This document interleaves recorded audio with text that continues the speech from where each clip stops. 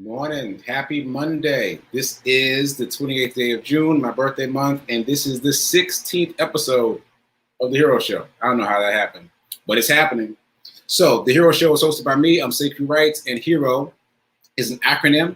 It means many things, but originally it meant helping everyone reaps optimism. In other words, helping others helps you and makes you feel optimistic and good about yourself. So, without further ado, I'm going to get into Motivation Monday. So I've got a couple stories that come from this weekend. So I posted a video on my social media on Saturday, very short video, just a minute and 6 seconds. And I started getting all this feedback, all these comments and text messages about that one video. And I was like, what did I say that was so impactful? So I went back and listened to it again last night. And I wrote down, I think, the thing that people are responding to. So at the very end of the video, I say, you never know what you can do until you try.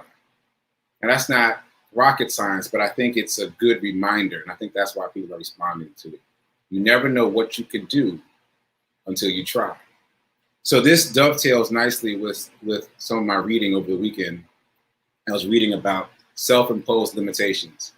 And the source invited us to think about self-imposed limitations as a box. Imagine a box around yourself, right? And what happens is you don't realize that you've painted this box around yourself until you brush up against the edge of it. And then you think you can't go further than that self-imposed limitation. But then when you do, you end up drawing the box again a little bit bigger. This happens automatically. You don't have to think about it. But once you stretch the limits of that box, you automatically push the box a little bit bigger and a little bit bigger. The thing is, this is funny, you only draw the next box just a tiny bit bigger than the previous box. Again, this is automatic. This is the way the mind works. It keeps limiting us. So I've got some great examples from my own experience. So let's start with what happened to me on Saturday. So you probably know, if you've been watching The Hero Show, I love saying that, that I've been jogging with this group called Black Men Run. I had never heard of them until recently, but I have been jogging and I've been posting about jogging. And so the social media algorithm, I'm sure, latched onto the fact that I was posting about jogging. And all of a sudden I started seeing things in my feed about this group called Black Men Run. So I just saw that they were meeting up one day. And I said, let me just, that's not even true. I saw that they were meeting up consistently, and eventually I convinced myself to go. That's more truthful. Eventually I convinced myself to go. I showed up and I got smoked. You understand me? Now I figured I had been jogging for a while. I figured I could hang. No, sir. No, sir. I got smoked. And I was about to not come out ever again. but the captain of the team talked to me about the fact that I just happened to show up on a day when it was only the fastest people showed up. Anyway, let me get back to self-limiting beliefs. So this past Saturday, the group met up, and it was a small group. And as soon as we started jogging, we kind of broke up into groups automatically. So there were 4 of us in the front group and another maybe 4 of us in the back group. So I was in that front group. Now, 2 of the guys I already know are super fast. I already knew they were going to disappear. And they did. They disappeared very quickly, uphill and gone. Gone, right? But there was one guy I could see ahead of me distantly, Bill. Now, Bill is training for a marathon. I should mention that up front. But he was the only person that I could see, and I didn't know the route because every time we meet up, we have a different route. And, you know, you can kind of freestyle and make up your own route. But I thought, all right, today I'm going to stick with the route. So I was following Bill. And that's all I'm focusing on. I'm just looking at Bill, watching his shirt, just chugging along, running my own race, going slow, but following his shirt. And after a while, I was like, where are we? We're so far away from where we started.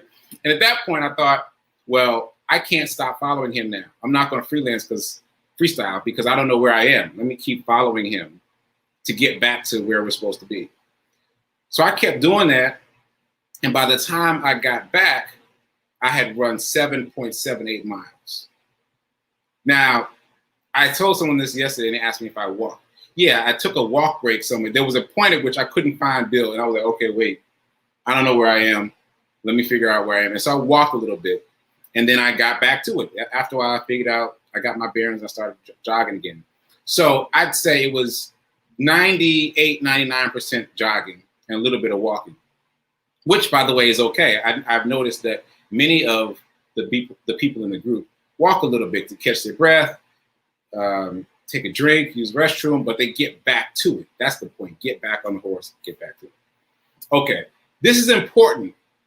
The fact that I did 7.78 miles, let's just call it 7.7, is important because my self-imposed limitation was 4.5. Like, that was my best ever. My personal record, according to me, was 4.5 miles. So in my mind, I'm trying to get to 5. I'm trying to get to 5. That's just another half mile. I think I can get there. I'm trying to draw my box just a little bit bigger. But what happened? My box jumped much bigger because I wasn't focused on how far I was running. I was focused on not getting lost. I was focused on following Bill. I was focused on other things that kept me grounded in a different way than looking at my phone to see how far I'd run. All right, so I didn't know that I was capable of doing almost 8 miles until I did it. But so you don't know what you can do until you start doing it. And you have to be very mindful of how much you limit yourself. So this story has layers because Rev Mel yesterday told me how many miles she's racked up walking for the month of June as part of my, what am I calling it? The Movement of Movement Sekou birthday challenge. So she added up her miles yesterday, and I was like, wow, that's a lot of miles. So last night, inspired by her, I added up my miles. And then I was like, wait, that's way too many miles. Let me go back through it and do it again. So I deducted everything that was walking, because your phone tracks all your movement. Yeah, big brother. So I deducted all the walking miles and just kept it to the jogging miles. And still, I was pretty impressed. But that's not the punchline.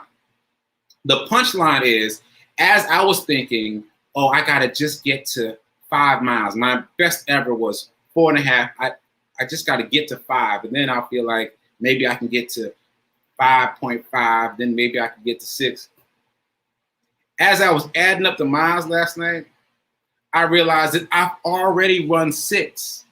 My personal record was already 6. I didn't realize it because I stopped to use the restroom that day, and so I stopped the app. And then I started again. So it was like 3.5 miles and 3.5 miles in the same day, but I was only thinking of it as 3.5 miles. So I was already beyond the self-imposed box that I created for myself. Here I am saying that my best ever is 4.5, and I'm trying to get to 5. That's my box. Meanwhile, I've already done 6. I've already done 6, right? So it's very tricky. It's very seductive, the self-imposed limitations that we put on ourselves. It's automatic. It's automatic. And that reminds me of one more story related to this.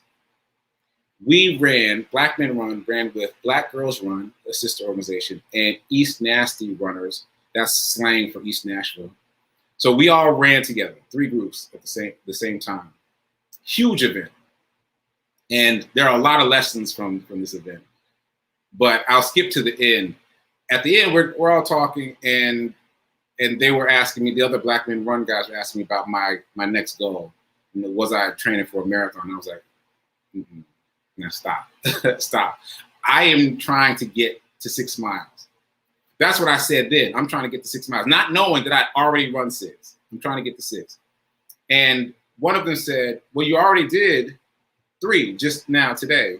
And I was like, yeah, I did. But what he meant was, you're already halfway there. You don't have that far to go, that much further to go. And what I meant was, I'm only halfway there. So it's really about perspective. Your perspective shapes your self-imposed limitations. And the hardest thing of all, I think, is to become aware of those self-imposed limitations.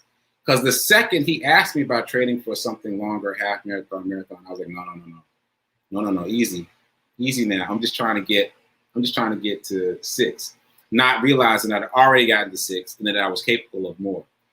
So all that said, you really do not know what you are capable of until you start doing, until you start trying. And then you'll find out what you're capable of. But it's a process. Like, you can't just sit and think about it as I was doing.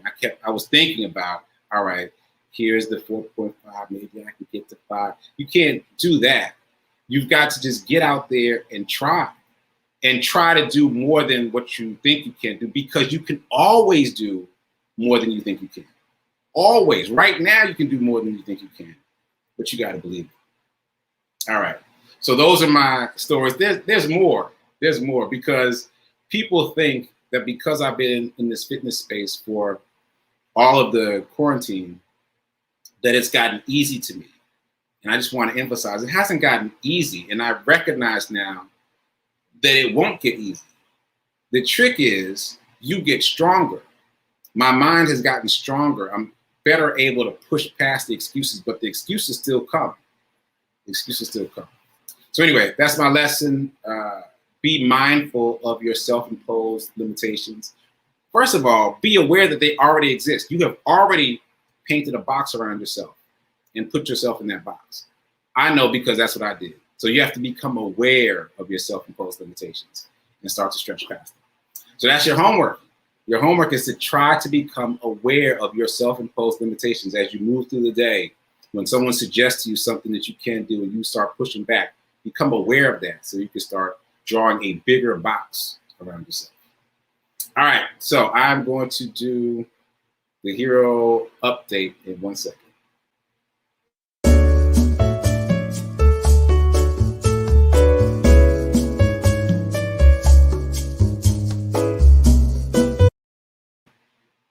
All right, so the hero update, couple things. The challenge that I just mentioned is going strong. I can't believe we're still getting more people to join. We're currently at 44 people as of last night. 44 people are still joining, which is just amazing. For those of you that don't know, what happened is I committed to a run streak for the month of June, my birthday month. And my commitment is to jog at least a mile a day for the month of June. We're on day 28. I've jogged much more than 28 miles, but I will reveal the number at the end of the month. We'll see what I can do. And as I announced that, other people started joining in to commit to some form of fitness every day, some form of exercise every day. Oldest person we've got in the group is 81.